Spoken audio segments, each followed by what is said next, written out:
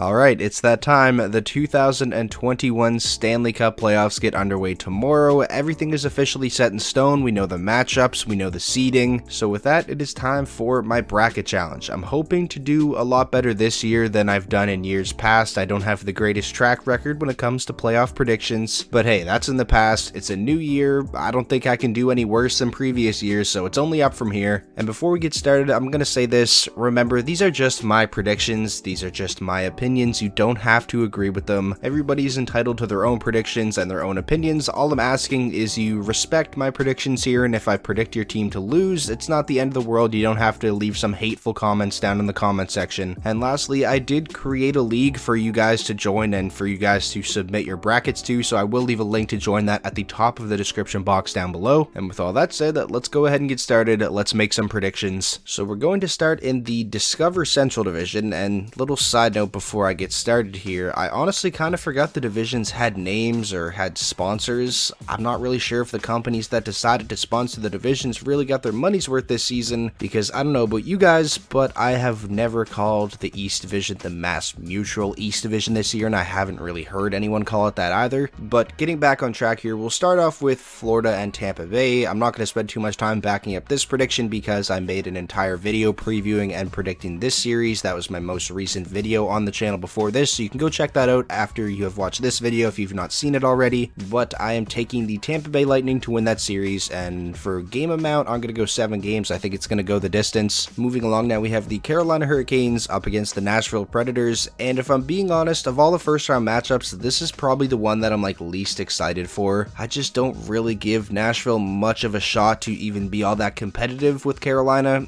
I think Carolina has a better team in pretty much every aspect. They were a much better team throughout the entirety of the regular season. The only way I could see Nashville pulling off the upset here is if UC Saros has one of the greatest playoff series performances in NHL history, and I think that's obviously a lot to ask. So I'm sure you guys know what I'm getting at here. I'm taking the Carolina Hurricanes, and for game amount, I'm going to say 4 games. I think they get it done quickly, and this will actually probably be the only sweep I predict in this entire bracket. Okay, moving on to the North Division with the 1 vs 4 matchup, the Toronto Maple Leafs against the Montreal Canadiens. I'm pretty pumped up about this series. I mean, this is a rivalry that's been around for as long as the NHL has been around. These two teams have not met in the postseason in a very long time. I think this is going to be a lot of fun. However, I don't think it's going to be the longest series. I'm definitely taking the Toronto Maple Leafs, and for game amount, I'm going to say 5 games, so a gentleman's sweep, if you will. The Maple Leafs have been far and away the best team in the North all season long. The Montreal Canadiens, on the other hand, yes, they got off to a hot start, but ever since then, they've kind of been sliding. And also in terms of head-to-head matchups between these two teams throughout the regular season, Toronto had their way with Montreal. I think their record against them was 7-2-1. Now the Habs are likely getting Shea Weber, Carey Price, Philippe Deneau, and Brendan Gallagher back for the start of this series, and obviously those are very important players for Montreal, and they should make this series a lot more interesting. But still, even with the Habs at full strength, I'm taking Toronto here. This has to be the year they win a round. If Toronto loses this first round matchup to Montreal, I don't know what's going to happen, but it's not going to be good. I think some Toronto fans are going to completely lose it. Next up, we have the other first round matchup in the North Division, the 2-seed Edmonton Oilers going up against the 3-seed Winnipeg Jets. This series should be very entertaining. Obviously, a lot of offensive firepower between these two teams. As far as my prediction goes, I'm going to take the Oilers, and for game amount, I'm going to say 6 games. I think Connor Hellebuck should be able to get the Jets at least 2, but I just don't think Winnipeg matches up well against the Edmonton Oilers. Connor McDavid has had his way with the Winnipeg Jets in all the head-to-head matchups this year, and over the past couple of weeks leading into the playoffs, the Winnipeg Jets have been sliding pretty bad. Now granted, I think a lot of that has to do with the fact that they have been without Nikolai Ehlers for a while, and to me, he was their best player throughout the regular season before he got hurt, and getting him back for this series is definitely going to be huge for the Jets, but that's definitely not enough for me to take Winnipeg in this series. I wouldn't be completely shocked if they were able to pull off an upset here, but I think Edmonton takes this. Moving on now to the West Division, the 1 vs 4 matchup, Colorado Avalanche against the St. Louis Blues. This is another one similar to Nashville, Carolina. I don't really give St. Louis much of a shot here. Now granted, the Blues are a team that has championship experience. They won the 2019 Stanley Cup with relatively the same team that they have now, obviously minus Pietrangelo, which is a pretty big minus, so I feel like I should still give St. Louis some respect here. Colorado is just such a ridiculously stacked team. They're a juggernaut, so I'm going to take Colorado, and I'm going to say 5 5 games, so another gentleman's sweep. Next, we have the 2 versus 3 matchup, the Minnesota Wild against the Vegas Golden Knights. This is one I'm pretty excited for as well. If you guys have been watching the videos throughout the entire season, then you've probably heard me say a couple of times that the Minnesota Wild were one of my favorite teams to watch this year, and I think a lot of that is the Kirill Kaprizov effect. He's just electric to watch, so I'm excited to see what he can do in the postseason. So even though I have kind of became a closet Minnesota Wild fan this year, they're playing the Vegas Golden Knights, who are just so unbelievably stacked. That team is built perfectly. They have 2 great goaltenders, a stacked blue line, they have the top-end talent up front and the depth behind those guys. They are a juggernaut. It's going to be really, really difficult for Minnesota to upset them in this series, in my opinion. So I'm going to take the Vegas Golden Knights, and for game amount, I'm going to say it takes them 6 games. I think the Wild should be able to put up at least a little bit of a fight, and hey, I wouldn't be complaining if it goes 7, that's for sure. Finishing off the first round matchups in the East Division with the Boston Bruins and the Washington Capitals, and to me this series is kind of a coin flip. I could see either team taking this. What I can tell you is I'm really excited to see Zdeno Chara beat up on his old Boston buddies for what hopefully is a 7-game series. I think that's going to be very entertaining. I got to make a prediction here, and looking at the rest of my bracket, I took the 1 or 2 seed to win every series aside from Tampa, Florida, so I'm going to take the underdog here if you want to call them that, and I'll go with the Boston Bruins to win this, and I'm just going to default to it being 7 games. Again, I think this one's a coin flip. I could see either team winning. I think this series is going to be very entertaining. I think it's probably going to be like the most physical series of the first round as well. Now, the final first round matchup, the Pittsburgh Penguins against the New York Islanders, the 1 seed versus the 4 seed. The New York Islanders are another one of those teams similar to the Winnipeg Jets where they've sort of been sliding into the playoffs. They definitely haven't been good the past couple of weeks of the regular season. The Penguins, on the other hand, they finished the season on fire. I think they were 9-2 in their past 11 games, but then on the other hand, if you look back to the most recent time these two teams met in the playoffs, the Islanders swept the Penguins. Does that even really mean anything? I think it kind of does. These two teams are still relatively the same from what they were back in 2019. As far as my prediction goes, I'm kind of having a tough time with this one. I don't really know who I want to take. I could see this going either way, similar to what I said about Boston and Washington. I think this one is kind of a coin flip as well. I'm going to go with the Penguins just based off of what we've seen from these two teams throughout the regular season, the head-to-head matchups, and how the two teams have been playing the past couple of weeks heading into the playoffs. And as far as the games go, I'm going to say it takes the Penguins 7 games to do it. Okay, so those are all of the first round matchups done. I'm going to try to pick up the pace a little bit here because this video has already gone relatively long. We'll start in the Scotia North Division, the 1 versus 2 seed, the Edmonton Oilers against the Toronto Maple Leafs. I want to see this happen very badly. McDavid versus Matthews, and I'm sure the NHL would love to see this happen too. That's ratings galore right there. And as far as my prediction goes, I'm going with the Leafs here. Toronto is like the only team that played McDavid relatively well, or as good as you can play someone the caliber of Connor McDavid throughout the regular season. Montreal on home ice did a pretty good job as well, but Toronto had that 3-game stretch where they held McDavid pointless for 3 games in a row. That was very impressive. The Leafs match up pretty well with the Oilers. I think they have a lot more depth than the Oilers do up front behind their star players. This is a series that I could very well see coming down to goaltending if it does happen. Is Mike Smith going to be able to carry over his amazing play from the regular season into the postseason? And I think the same goes for Jack Campbell too. So I'm going to take the Leafs here, and for game amount, I'm going to say it takes them 6 games. Actually, it looks like I don't even have to select the number of games I think it'll take past the first round, but I'm still just going to tell you guys anyway. Moving on now to the West Division, the 1 versus 2 seed, Vegas versus Colorado. I think this is a series that everybody wants to see. Both of these teams are just ridiculously stacked. They've been unreal all season long. They were competing for the President's Trophy till the very end. Colorado just clinched it last night. My prediction for this series, if it were to happen,